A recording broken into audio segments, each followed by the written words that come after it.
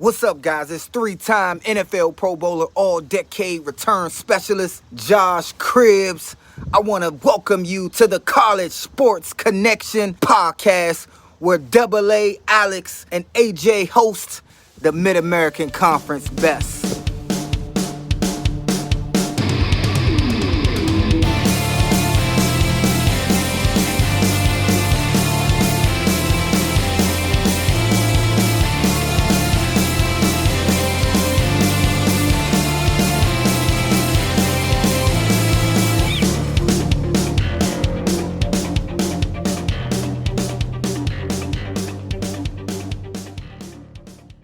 All right, everybody. Welcome to MAC Championship Week here at the College Sports Connection podcast. I'm your host, Alex the Captain. Joining me, as always, AJ the Guru.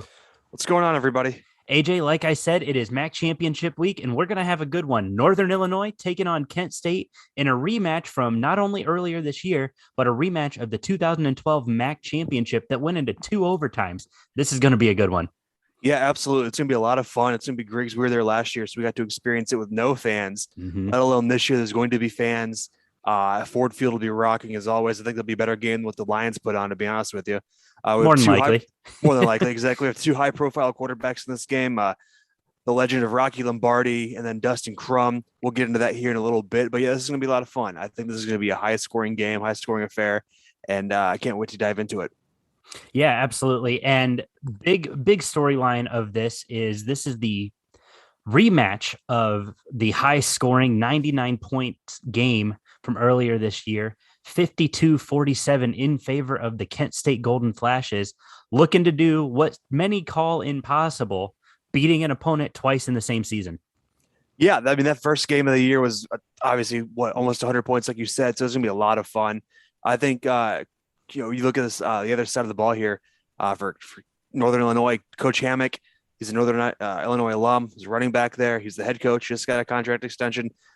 Went 0-6 last year, might I add. A lot of us forget about that. They had their presser today, and Alex, you got to talk to coaches and the players. And it seems like this is the year, if Northern Illinois is going to make a move, not only to win a MAC championship, but win a bowl game, this is their team to do it. I think so. I mean, you look at the story of Northern Illinois. They have 18 non-freshmen on this roster, 4 seniors. Everybody else is sophomores and juniors. Now, to be fair, a lot of that eligibility carried over from last year. So a lot of those seniors are 5th and 6th year seniors because of the free year of eligibility. However, this is a lot of freshmen on this team. This is one of the youngest teams in college football. And to go from 0 wins to 8 wins, turning it around, making it to the MAC championship game, what an incredible bounce back. Absolutely. This Saturday here will be the 9th time that Northern Illinois has played at Ford Field since 2010. 8 MAC championship appearances and 1 bowl game, which was the 2017 Quick Lanes Bowl versus Duke. This is not unfamiliar territory for the Huskies. They've been here. They've won it. I saw Jordan Lynch a couple of years ago, and he was there when he won it. This is a big time deal for Northern Illinois, but Kent State also. The other side of the ball, you got to talk to their head coach today. And, we mentioned Dustin Crum here before we went on air, and he'll be the first quarterback in Kent State history to over 3,000 yards, correct? 3,000 yards in a single season if he hits 206 passing yards on Saturday. Which I think that's something that he can accomplish very easily. Yeah, I think so. I mean, you want to talk about how prolific Kent State is on offense. They have one of the best rushing attacks in the country, but also one of the best passing attacks. They've got loads of talent on the offensive side. Dustin Crum obviously taking care of business, doing what he needs to do. This is a good Kent State offense. I'm really excited to see what happens with them.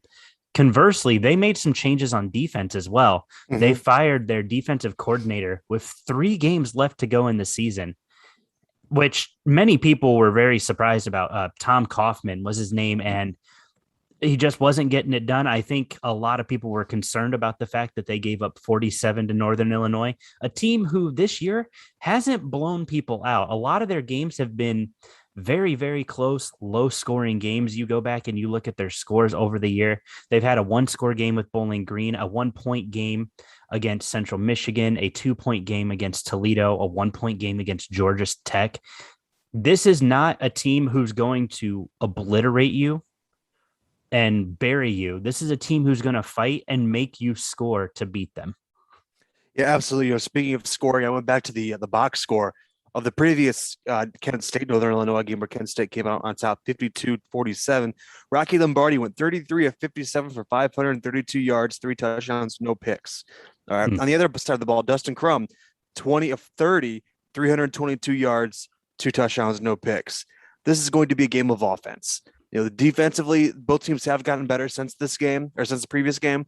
But I think with what we've seen here as of late, defensively was going to be where the struggle is.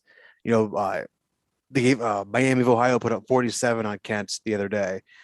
Central Michigan put up 54 a couple of weeks back. They've given up 27 to Ohio. They gave up 64 to Western Michigan. Gave up 38 to Buffalo, 20 to Bowling Green, 37 to Maryland, 30 to Iowa at the beginning of the season. But they also did put up 60 on VMI and gave up 41 to Texas A&M. Defense is not going to be the strength on either side of the ball. It's just not. No. I think this is a game where you have 2 gunslinger quarterbacks that we mentioned. Dustin Crum just shy of 3,000 yards on the year. Dustin Crum sitting there at 2,300 or so. Or excuse me, Rocky Lombardi sitting there at 2,300 or so. They like to air it out. But one thing that gets kind of overshadowed is the receiving core for both these squads. Yeah, you want to talk about a team and teams who can go out and can score really at will. You look at what Northern Illinois has done. Everybody wants to talk about how they've, they're so young, but they're so young and they're so talented. You look at what Rocky Lombardi's done. He's a junior transfer from Michigan State, but you look at Trevon Rudolph, 827 receiving yards. This kid's a freshman. Mm-hmm. He's got 7 touchdowns to lead the team. Tyrese Ritchie, who was the team leading receiver before he got hurt. I mean, he's another young kid it's just incredible to me what they've been able to do with all these guys. Sorry, I misspoke. Tyrese is a senior. Mm-hmm. It doesn't feel like he's been there that long though. I mean, you look at what he's done in his career. He's played a lot. He's had a lot of catches, but it doesn't feel like he's been a big name because they've been able to just dump the ball out to so many people over the last several years. This was supposed to be his breakout year, his senior year, where he's the dominant performer. Unfortunately got hurt.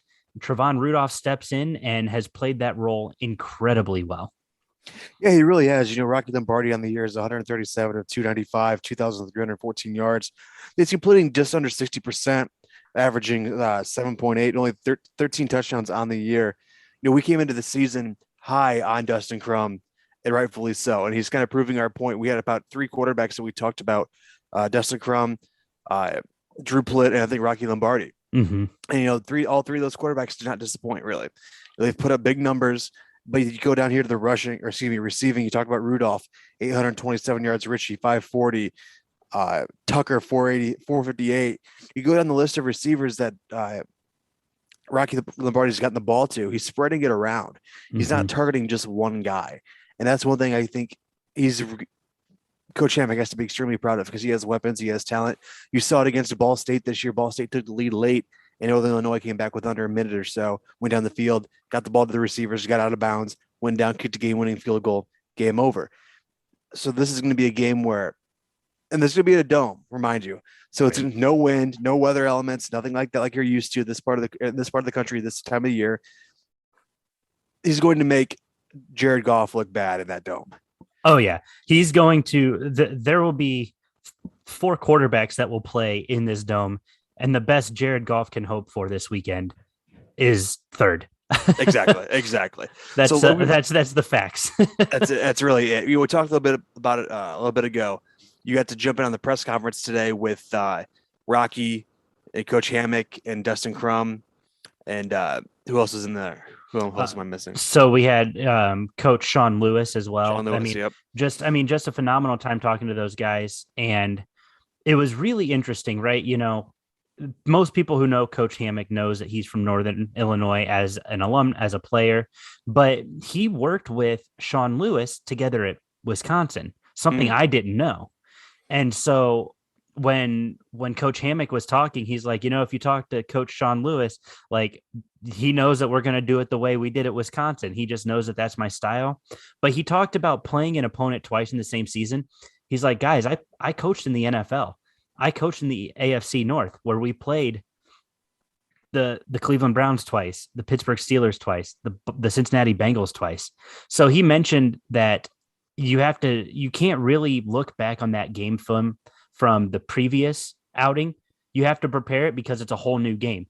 Things have changed. Players have changed. They've gotten better.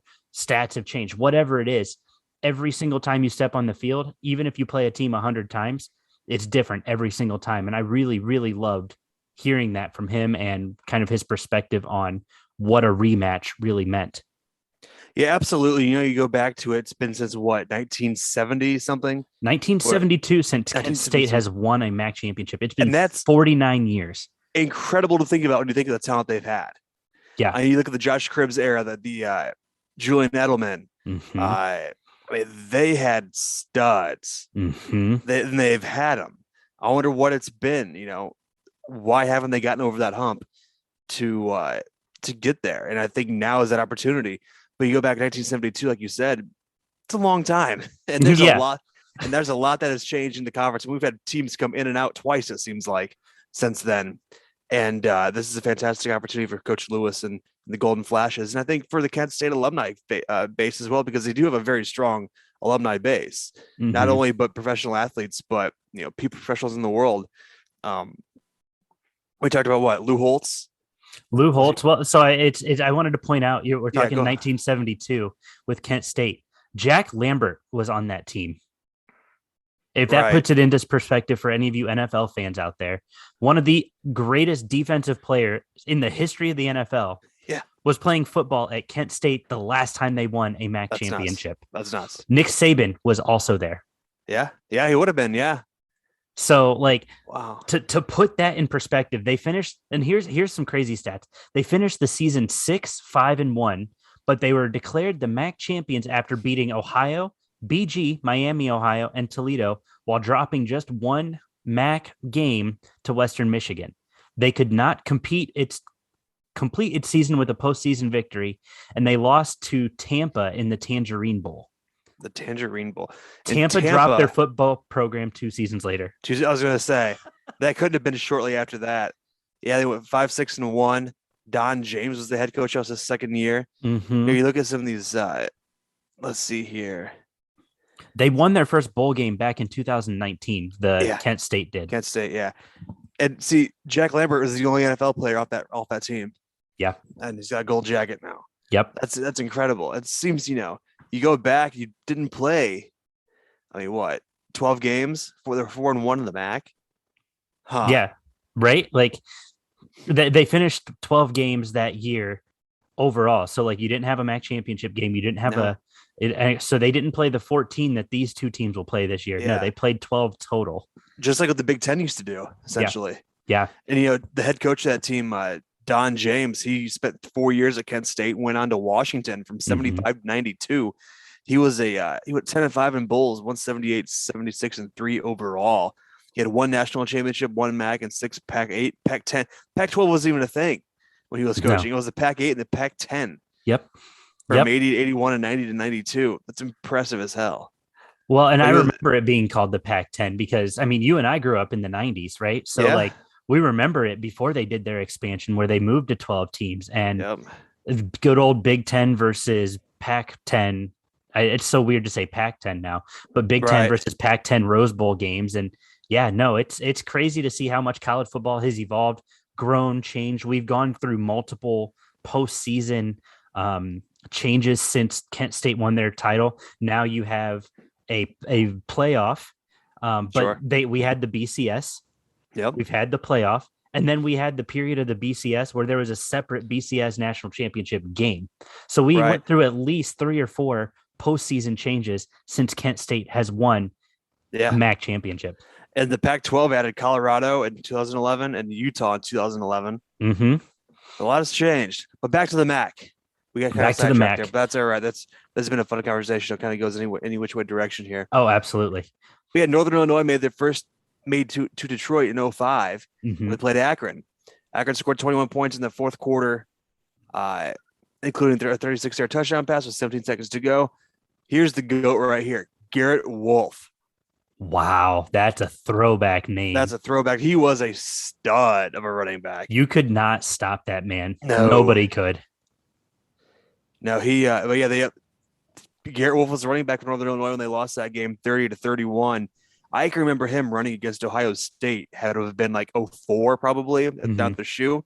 And he was shortly after Hammock was there as a player. Yep.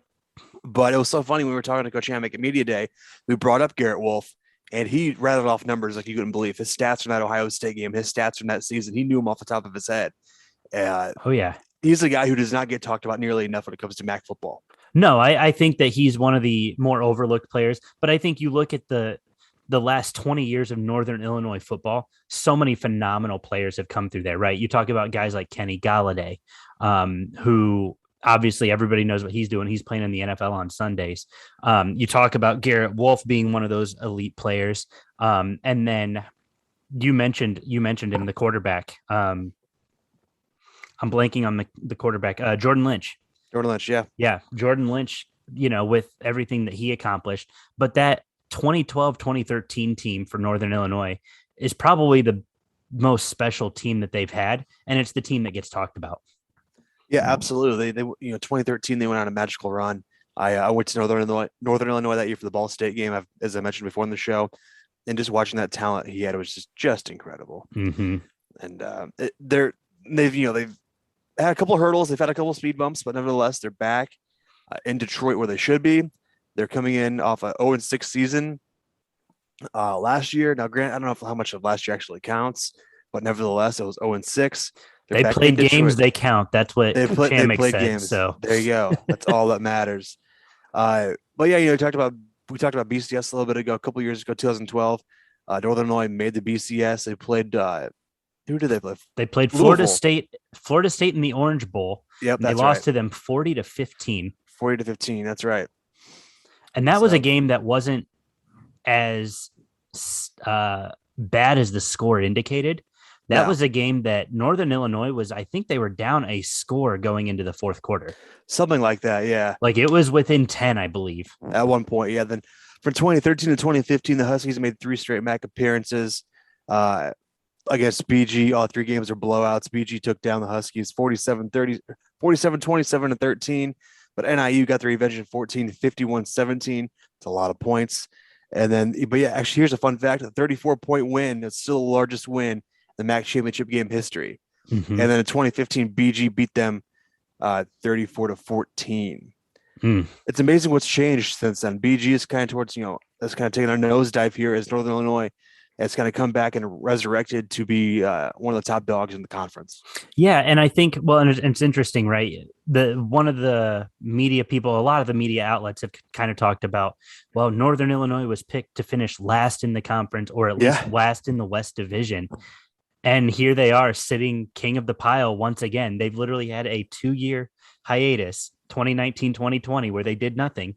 There are seniors on this team who won a MAC championship as freshmen, who are now going to, hopefully for them, win a MAC championship as seniors. What a way to bookend a college career. No doubt about it. And before we do get into Kent State here, which you're going to talk a little bit about, my final statement here on Northern Illinois is the last time the Huskies were in Detroit was 2018, where they played Buffalo. Buffalo did jump out early. I do remember watching this game. Buffalo jumped out quick and hard, 29-10, midway through the third quarter. And NIU scored 20 unanswered points to win the game 30-29. What a great finish. Over the ranked Buffalo Bills, who were 10-2 at the time. Yeah, no, absolutely. And that was just a phenomenal game. And for Northern Illinois, of course, a phenomenal win for them. And I mean, they just showed in that game, they showed what they had done all decade. And that was go and compete for MAC championships. Everybody wants to talk about dynasties in college football and how Alabama's the dynasty and the darling of college football. And that's all well and good. But you look at conference dynasties, the MAC rarely has those. The MAC is so diverse and the MAC has so much parity. So for a team like Northern Illinois to dominate the 2010 decade, it's pretty impressive. Yeah, I mean, Rod Carey kind of had a well-oiled machine there in Northern Illinois before he went to Temple, and obviously was just let go from Temple after 4 years. Mm-hmm. But yeah, I mean, he was unstoppable. His teams were unstoppable. They were really fun to watch. They were high scoring. They were playing on national stages just about every year at some point, Yeah, and they were successful in a lot of ways. But sure. enough on Northern Illinois. We've talked a lot about them. I did my research on NIU. You go to Kent State. Talk to me about the Flashes. All right. So the Flashes, as everybody knows, was picked to win the MAC East. They were the favorites, the prohibitive favorites, really. Everybody just kind of rested their laurels on Kent State dominating the East, a relatively weak East, if we're being really, really honest with ourselves. And they did just that. They came out swinging. They went 6-2 in conference play. And I mean, obviously, we find them here in Detroit, all thanks to the arm of Dustin Crum and all thanks to the efforts of a lot of really great players that they have. Marquise Cooper has over 1,000 rushing yards on the season. Receiving yards, Dante Cephas, 1,022 receiving yards. And what's really interesting about Kent State is Dustin Crum has done it, has gotten 2,800 yards through the air. He's also done it on the ground. He is the third leading rusher on this team at 565 yards with 11 rushing touchdowns. Yeah, and they've needed those. Those are important yards too. Those are very important yards. Between the three-headed monster, the rushing attack, the three-headed monster of Marquise Cooper, Xavier Williams, and Dustin Crum have combined for over 2,200 rushing yards. Mm-hmm. Wow. Yeah, that's impressive. That is really impressive. And it carries on even further, 25 rushing touchdowns. Yeah.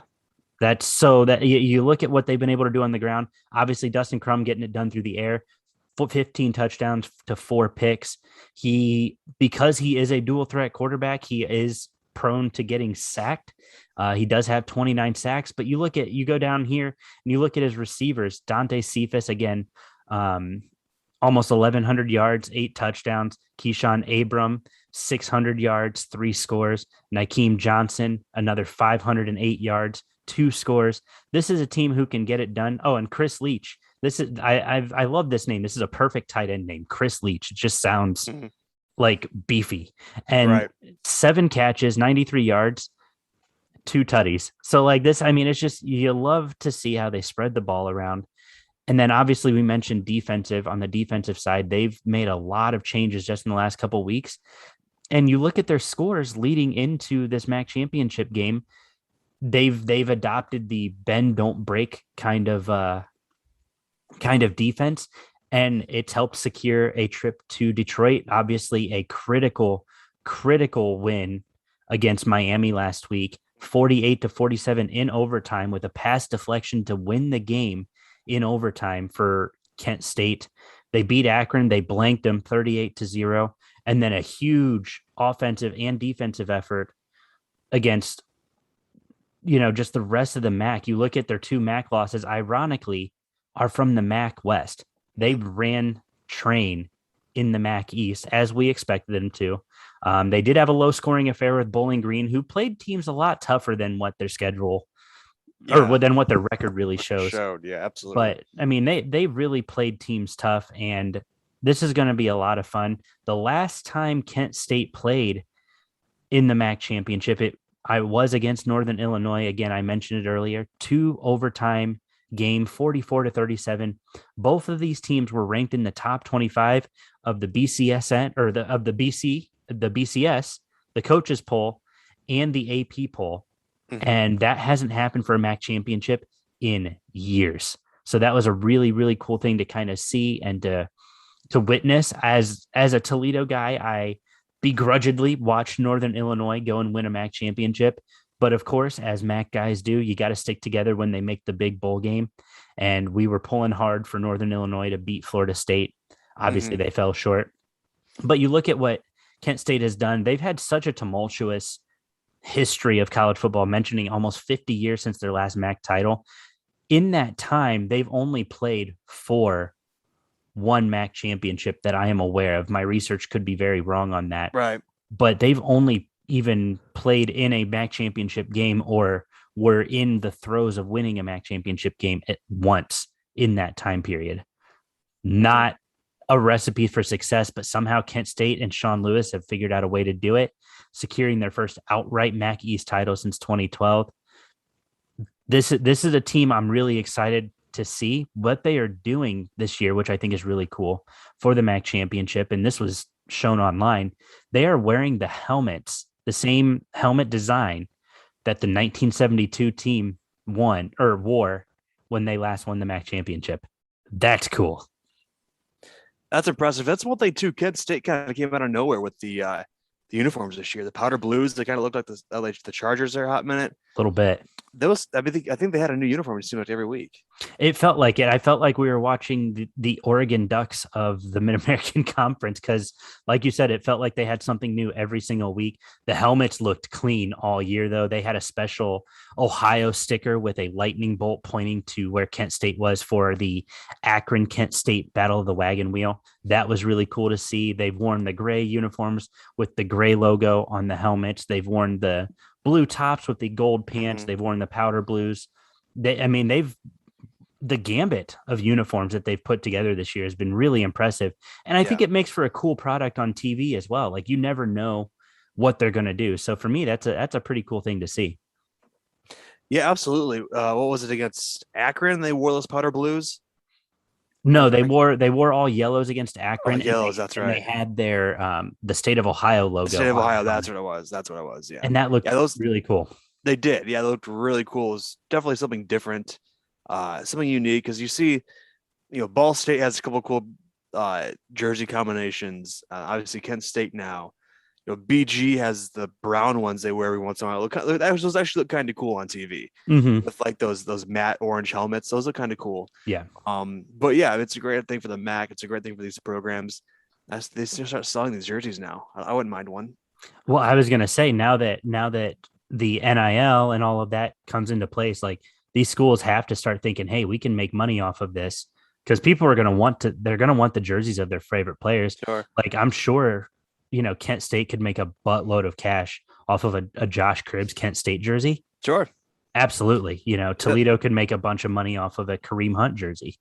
Sure. That was one cool thing when we were at Toledo going into their facility. They had all their jerseys when you walked in. Those were really definitely cool to look at. Yeah, it was cool to see them on the mannequins. Yeah, all the uniforms that they'd wear for the season. And they did. They wore every single combination, which was pretty cool. And I think it was 4 combinations we saw. I think if I remember that correctly. Sounds right. Yeah. So, yeah. But yeah, so I mean, back to Kent State and what they're going to do. This is going to be a fun game. Both of these teams have 2 conference losses. Their journeys here to get to this game have been vastly different. But looking at ESPN's matchup predictor, this one is separated by 0.4% in favor of Kent State, 50.2% in favor of Kent State, over 49.8% to Northern Illinois. That's about as even as you could hope for on a matchup predictor. Yeah. I looked at that before we got on air, and it's probably the closest one I've seen all season. Yeah.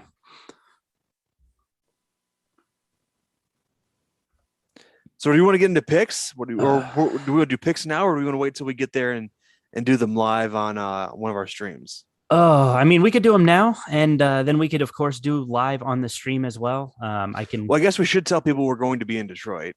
Yeah, we should probably let everybody know that. Hey guys, we're going to be in Detroit this weekend. Yes. AJ and his wife Faith and I will all be up there. Faith is going to be our staff photographer for the weekend. We are excited to have her join us and get some great action shots on the field. AJ and I will be up in the press booth, press box, doing our thing and bringing you live coverage all day. We've got some great headsets that we're going to be using, talking Maction for 4 hours. Going to be a really good time. Yeah, absolutely. I think, as we mentioned, we were there last year. We got to experience it. I think this year we're going to have a little more access, I believe. Mm-hmm. We're going to be able to be, nose our way around a little bit, have some fun. And, but, get on the field, talk to, maybe say hi to a coach, get some cool pictures. But yeah, you've invested into a great camera, which you took to Akron, Kent State. Those pictures turned out fantastic. If you haven't seen those, they're on our website. Make sure you check that out, which is our website is also revamped. So it looks a lot better than what it did before. We've put in a lot of work lately. It is. Yeah, absolutely. It's a learning process for all of us, really. And so, but yeah, Faith will be on the sidelines during the game. So we think We won't. I think that's how it's going to work. We got our Yeah, photo so pass, right? yeah, the way hers works, and I found this out when I was actually at Akron. So my pass got me access to whatever. But the way it works is you guys always see the dotted line around the field and around the players' boxes and things like that. Mm-hmm. Photographers have to stay outside of that, but they have Right. free reign of pretty much anywhere on the field, Nice. which is really, really cool. And like you, because I went to Ball State Central game that week that you went to Akron on that Wednesday, Mm-hmm. and I just kind of roamed wherever. Mm-hmm. You know, we just, well, it was whatever. They weren't really too strict because there was 10 people there. It was pouring down rain. Sure. But yeah, that'll be really cool to get some really cool shots that way. And we'll be able to post those on our social medias and our website and stuff like that, like I mentioned. But what we are planning on, we learned a lot last year. Last year was a huge learning experience or a teaching moment for us. So we just kind of went up there with a notebook and our iPad and pretty much Mm-hmm. said, oh, here's, we're going to figure it out. And it was great because there wasn't a ton of pressure because there was nobody there. So we can kind of figure things out as we went. Now that we look back, we can figure out, okay, we can do X, Y, and Z. We're planning on going live on one of our social media accounts. We're not sure which one yet. Probably Twitter via Twitch is what it Mm-hmm. sounds like. So we'll be going on there live. Hopefully before the game, we could do something on the field. That'd be a lot of fun. Now we have some more technology now to where we can figure out how to do that. Many of you may know or don't know, I used to work in radio calling high school games. And so I went to my old co-host and I got our radio gear. So I've got a board, I've got headsets, I've got a wireless lavalier. And so we're gonna try to figure out how we can incorporate all of that. That'll be a lot of fun to use. But yeah, if not, we'll just go live on our phones on the field and talk action. We'll be there about 2 hours or so before kickoff, so that'll be fun to kind of get in there and get in, check some stuff out before it gets too noisy. But Mm-hmm. nevertheless, like I said, we'll be in the box, being active on social media during the game. Halftime, what we'll do is we'll probably go live, like I mentioned, on Twitch. And what they do is they give every media member, I think I still have mine from last year, actually. It's down here somewhere. A stat sheet Yeah. of the game. Yeah, I've got all mine right here as I pull them out. But it's like a booklet of play-by-plays for every quarter, and then at the end of the game, you get one of the entire game. So that's something we'll cover at halftime. We can go over stats. We can go over do some keys to the game before if we need to, and do some keys to the second half at halftime when we want to. But it'll be fun. It's gonna be a great opportunity. Last year we got to sit behind the Ball State Sports Link guys who I got to know when I was in school there. Great group of guys. They're a lot of fun to hang out with. Mm-hmm. And but yeah, this is gonna be a lot of fun. This is a cool opportunity. Shout out to Jeremy Guy for always keeping us in the loop. And we're just excited to get up there. I'm grateful too that the game's on a Saturday, not a Friday night like last year. That was rough last year. I remember you driving not only to Toledo to pick me up and then on your way to Detroit, but then driving back that night. And Yep. I remember you texting me the next day. You're like, dude, that was rough. It was brutal because we were still in the heat of COVID. Mm-hmm. And at that point, Michigan was still shut down. And then so like they couldn't serve food or snacks at the game. It was only like bags of chips and granola bars for the media. So we ate those. We got there like 4 hours early, granted. We got there way too early. But you learn. And so I think to be fair though, Jeremy had it set up so press badges were available that early. Yeah. Because I don't think he knew how to kind of deal with this with COVID. No, so this was his first time around. Yeah. There that was. Yeah. So yeah, they didn't have any food, hardly any food for us. So I figured, okay, I'll get out. We'll get on the roads, get on 75, stop somewhere. Nothing's open in Michigan. So all right. So I get into Toledo, get into Ohio. Everything's closed at 10 p.m. in Ohio. Mm-hmm. So I'm like, well, shit, here we go. So I'm like, hell with it. I'm driving back to Fort Wayne. So another 2 hours from Toledo back here. I got home at 2:30, 3 o'clock or something like that. Yeah, because that game Saturday morning till like 11. Yeah. Yeah, it was a long night. It was a late game. Thank God this is at noon on Saturday. Mm-hmm. Makes things so much easier. But we were up there in July. God, media day just seems like it was yesterday. It feels like it was yesterday. I was talking to somebody about that the other day, and I'm like, it doesn't feel like football season should be over. No, I mean that was the weekend we did media day on Tuesday. Then we did my bachelor party Friday. Mm-hmm. That doesn't seem that long ago. No, it doesn't feel. Yeah, it's. But now it's 30 degrees outside, and we're like, man, it's cold. We're 23 days away from Christmas, so who knows? But yeah, nevertheless, it's gonna be a lot of fun. We're gonna be able to pump out a lot of new content, a lot of cool cool things, and we've given Faith. She's a very artistic type of person, Mm-hmm. and so we kind of gave her free reign. Just if there's a football on the ground, take a cool picture of it. Yeah, But the absolutely. one thing is, we're going to get a picture with Mission, the Husky. That's our goal. And I think we can make that happen. We have talked to this dog on Twitter. He can tweet with his paws. It works out really well. He's very good at Um, tweeting too. very good Twitter game. So we're gonna get down there, see Mission, see Golden Flash. Mm-hmm. But speaking of the devil, guess who just texted me? Oh no. Friend of the program, Chris Wormley. Oh, let's go. What's up, Chris Wormley? He goes, I talked to him about Coach Hammock with Hammock Sure. being in Baltimore. And he goes, if you see him before the game, tell him I said hi and good luck. Didn't think that it'd be that good after the Michigan game this year. Obviously, he's a Michigan guy. Sure. But nevertheless, we got to get down there and tell Hammock that Wormley says hi. Yeah. Well, imagine that connection, right? So, like, Coach Hammock loves us. I just want to point this out to people. We were tweeting the other day. I think I tweeted him Happy Thanksgiving from the account, and he retweets it to all of his followers. He only follows like 300 people. He retweets it and says, "Thanks, guys. Happy Thanksgiving. Looking forward to my next podcast invite." Like, I don't know. For me, that's pretty cool, given, that we met him once at Media Day, and he was like probably one of my favorite interviews from that. Oh, he was a blast. From that weekend. Yeah. So he was a blast. A lot of fun to talk to. So looking forward to, making that connection with him. That's yet another way that we can connect with Coach Hammock, which is pretty cool from his time in Baltimore with the Ravens. But yeah, like AJ said, I am super pumped for this week. This is going to be a lot of fun. I sat in on the media presser today, got to talk to those coaches, those players, and those guys are chomping at the bit to go. You can just hear it, the excitement in their voice. They're like, yeah, we're ready to play, ready to bring a title back to our school. It's going to be a lot of fun. And I'm really pumped. We're going to be pumping out throughout the game. We're going to be pumping out fast facts, similar to what we did for Akron versus Kent State. We're going to have a bunch of different fast fact slides coming out, just things about each team, things about the MAC championship game, whatever. It's going to be a lot of fun. Lots of great content. Looking forward to a great MAC championship. Yeah, absolutely. Like I said, it's going to be a lot of fun. We're going to do things this year that we've never done before. Mm-hmm. I think we have access now to things that we've never had. But I'm excited too. Hopefully, have a team shop. We can get some MAC swag. Yeah, literally last year, I kid you not, nothing. Like concessions were closed. Obviously, nobody there. Team shop was closed. The concourse was empty. The only people who were there were media, officials, and players and staff. That was it. Yeah, it was. They didn't even take the time to put the MAC logo on the field. No, like, it was still Lions logos. Yep. And Jeremy Guy posted on his Instagram a picture from the field. Yeah. And so the MAC logo is in the middle of the field. So and it looks crispy. Progress. It looks so good. Nice. Yeah. Yeah, absolutely. So that's it on my end. Yeah, man. It's nice. One of the reasons, obviously, for this podcast tonight was to preview the game, but also to make sure our equipment worked. Yeah, both of those are important. So a little bit, but we've got, I think we've got most of it dialed down here. Got to adjust a few things here and there, but with the crowd, we might have to adjust things too at the stadium on the fly. So we'll see how it works. It's gonna be fun, something different, and we kind of look something more professional this time. Yeah, absolutely. And I think this will be the first time we've done an event together where we can wear our shirts. Exactly. This is our first shirted event together.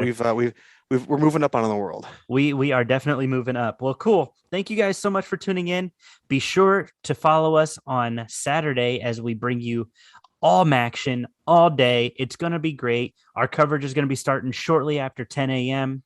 It's going to be a great day. Northern Illinois, Kent State, going to be a great battle. Be sure to check out our website. We're going to be posting stuff there as well after the game, including photos, updates, things like that. You can check that out. The new revamped podcast website is thecscpodcast.com. Check it out. Let us know what you guys think. Follow us on Twitter. You guys are seeing us. We're pushing pretty quickly to our 1,000 followers. I'm pretty excited to see that continue to grow. We're at, I think, about 950 now. So we're something like that. We're pretty close. So follow us on Twitter. You guys know where to find us. Yeah, AJ, I'm excited. Saturday's going to be fun. Anything else? I think that's it for me. Yeah, it's gonna be a lot of fun. We're gonna do a lot of cool things, and we might just come up with an idea Saturday afternoon on the drive up and say, "Hey, let's do this," and we'll do it because why not? Why not? Because we can. That's why we have a cool black case to carry our stuff in, so we look official. We are official and we are ready to do this. So, guys, thanks for tuning in, and we will see you on Saturday. And if not on Saturday, we will see you next week. See ya.